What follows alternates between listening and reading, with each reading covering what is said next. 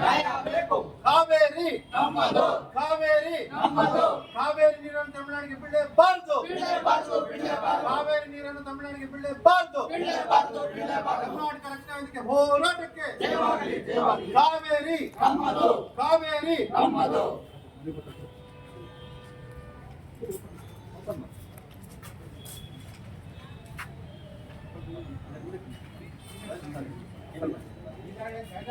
ಎಲ್ಲ ನನ್ನ ಆತ್ಮೀಯರೇ, ಈ ದಿನ ಕರ್ನಾಟಕ ರಕ್ಷಣಾ ವೇದಿಕೆ ಕನ್ನಡಿಗರ ಸಾರಥ್ಯದಲ್ಲಿ ಡಾಕ್ಟರ್ ಚಳುವಳಿ ಚಲಪತಿಗೌಡರ ಬಣದ ವತಿಯಿಂದ ತಹಶೀಲ್ದಾರ ಮುಖಾಂತರ ಸನ್ಮಾನ್ಯ ಶ್ರೀ ಮುಖ್ಯಮಂತ್ರಿಗಳಾದಂತಹ ಡಿ.ಕೆ. ಶಿವಕುಮಾರ್ ಅವರಿಗೆ ಒಂದು ಮನವಿ ಪತ್ರವನ್ನು ಸಲ್ಲಿಕೆ ಮಾಡ್ತಾ ಇದ್ದೀವಿ.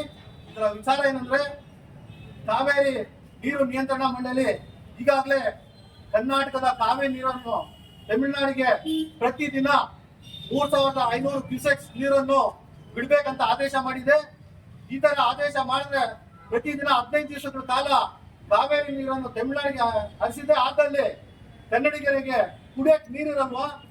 ಕಾವೇರಿ ನೀರಿಗೆ ನಂಬ್ಕೊಂಡಿರುವಂತಹ 12 ಜಿಲ್ಲೆಗಳಿಗೆ ಆ ನೀರು ಸಿಗಲ್ಲ. ನಾವು ಕುಡಿಯಕ್ಕೆ ನೀರಿಗಾಗಿ ನಾವು ಕಷ್ಟಪಡ್ತಾ ಇದೀವಿ.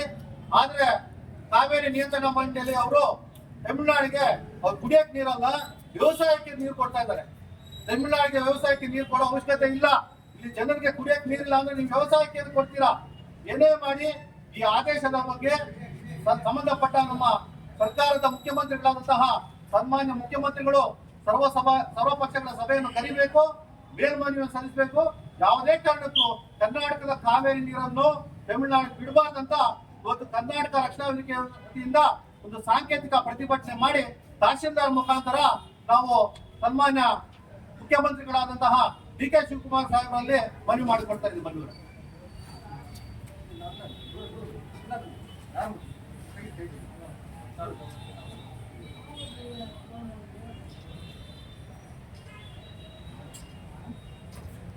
ಫೋನ್ ಮಾಡಿ